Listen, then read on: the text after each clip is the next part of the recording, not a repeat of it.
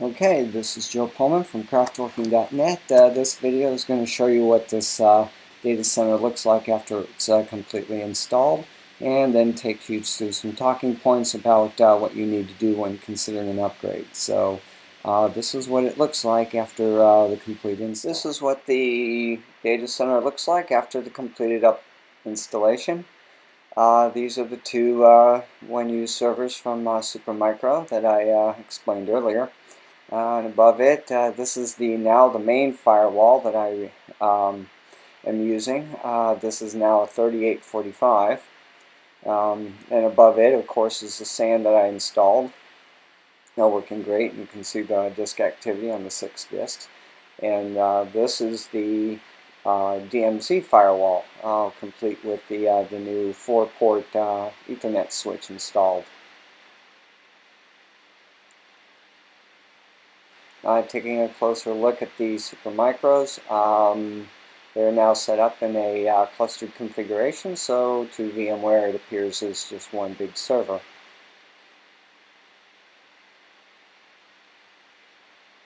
And back to the SAN. This is the Supermicro R800. This is actually my primary disk server now. I do still have the other one. This is a look at the DMZ firewall. It's still using a Cisco 2811. As you can see, I installed the 4-port Ethernet card into it. This is the main switch that I bought, all cleaned up and dressed. As you can see, there's the 48-port Ethernet card and the 8 10 gig cards. And down here are the two supervisor modules, or the processors.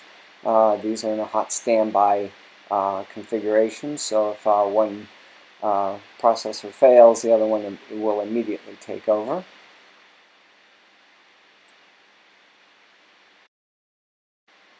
Closer look at the 10 gig modules. Those are the standard now, which is the ST connectors. And this is the new Wi-Fi setup I installed. This is an ASUS R68U.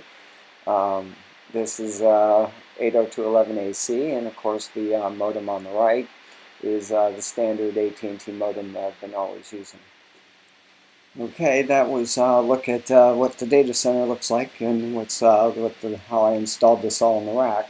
But a couple of talking points about doing an upgrade.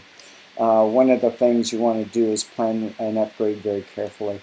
You don't want to get into a situation where you're down for an extended period of time.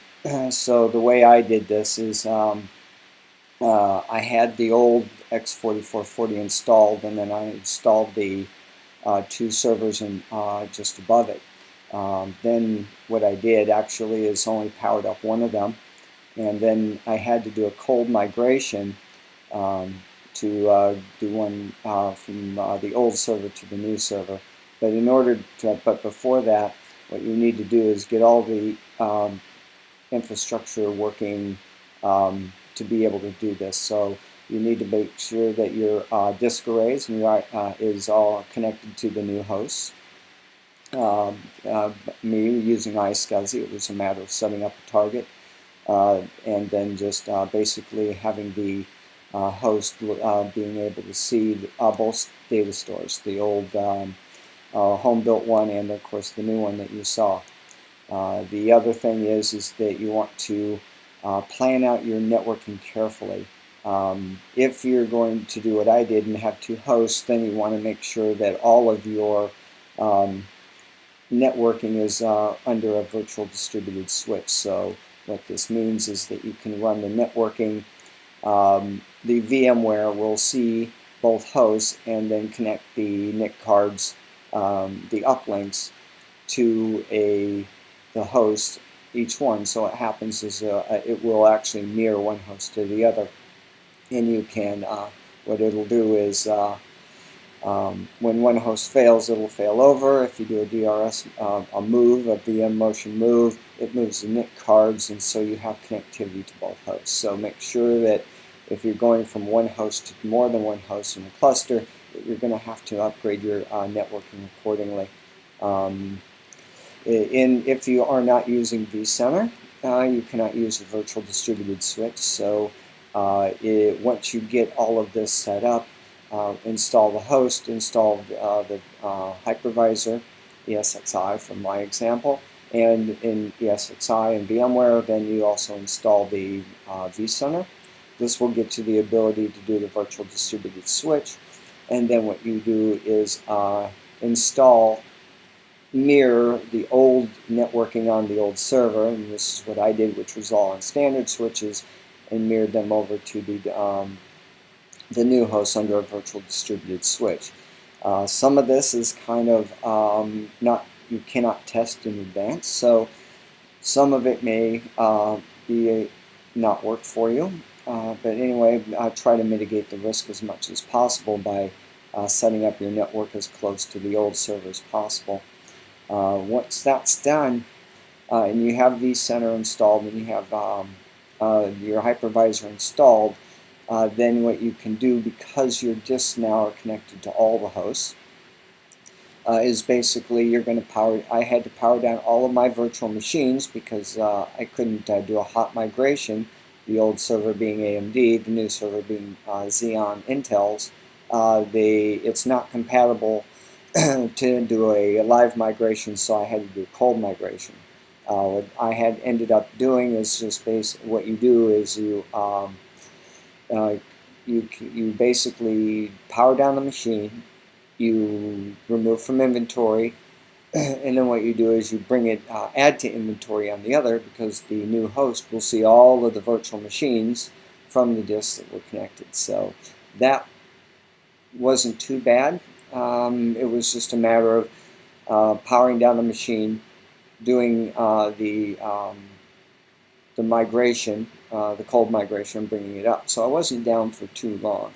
So once that's all done, and all of the machines removed from the old server to the new server, then you can power down the old server.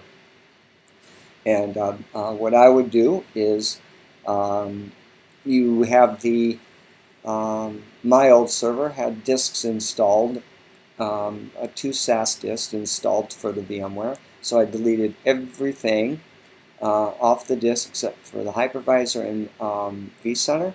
And then I powered it down and removed it from the rack. And then I just stored the server away. So in an emergency, I can actually bring it up and use it. So when you power down, don't wipe disk clean unless you're going to sell it. And then if you sell it, of course, I would actually remove the disk and not have any disks in it. And so there's no chance of your next owner recovering your data for somehow and having your having a free VMware. So then once that's done, what I had to do is I moved the 2 servers down to the place where the old server was to make room for the rack. So those are the things to keep in mind when you're doing a migration, is to plan it out very carefully and make sure that you have the least amount of downtime possible. You don't really want to license your VMware until you get everything up and working, because if something does go wrong, you do not want to have all these licenses and pay for all these licenses when this, for whatever reason, it won't work for you. So you do have quite a long time on the evaluation license, and where you can work with your VMware and get everything working correctly to basically get your system up and running. When I did this, I had to finagle. I had to basically talk to VMware and convince them to do some support on an unlicensed VMware setup. They will do this to some extent. And so they will help you out, because at the end of the day, you're going to be spending a lot of money on licenses, and you want to make sure that everything is working fine before you do the investment, the large investment on these licenses. So just note that when you run on an evaluation license, talking to VMware, they will not really want to support you, but if you talk to your account managers and convince them that you are going to buy the licenses, then they will help you. So good to know. But anyway, the other things I did during the migration is I upgraded the firewalls, or at least the main firewall. Previously, I had a 2811 in there for the main firewall.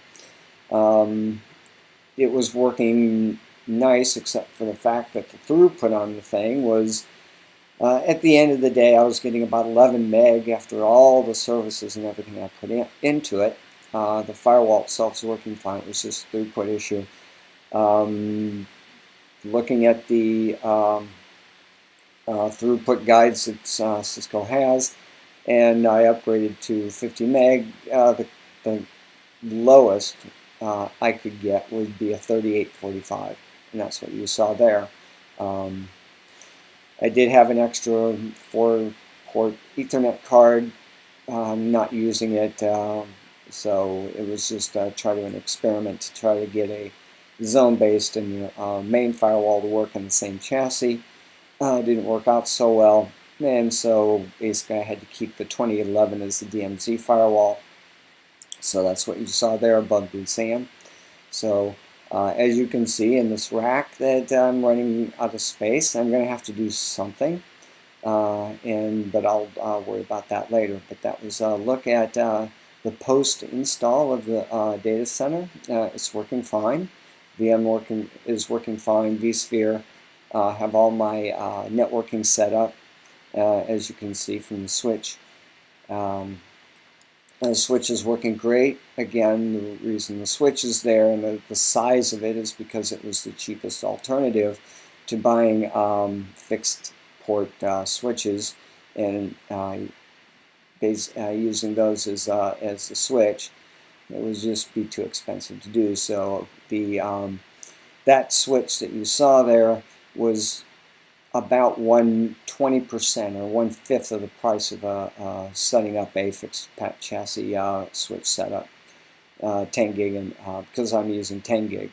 If it was 1 gig only, I probably would have a fixed chassis switch, a 48 port fixed chassis switch in there. So, but anyway, in the upcoming videos, I'll do a deep dive into some of the projects I'm running to enhance the data center a little bit. So I will see you on those subsequent videos.